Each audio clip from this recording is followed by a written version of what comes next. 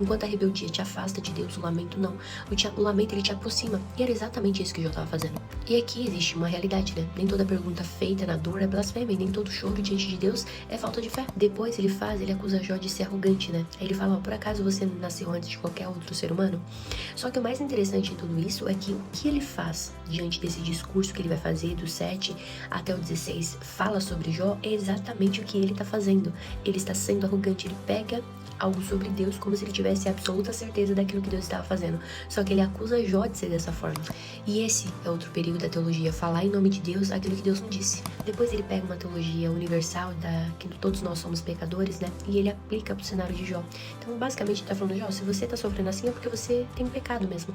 Só que o livro de Jó vem justamente quebrar esse paradigma, né? De que todo pecado todo sofrimento provém de um pecado específico, né?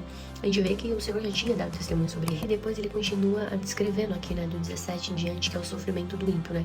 Ele fala que o ímpio tem tormenta, ele não consegue descansar, ele mesmo olhando, tenta encontrar comida e não consegue.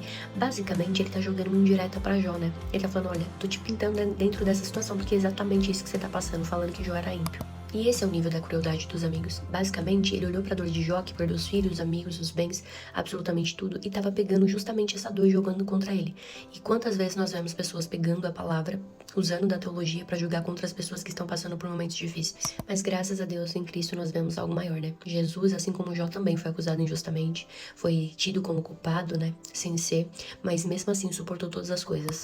Enquanto ele dizia você é culpado, a cruz diz, Cristo sofreu inocente para salvar os culpados. E essa é a diferença entre acusação e evangelho.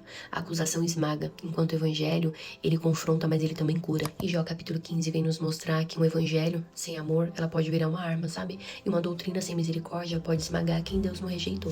Pensa nisso. Beijo.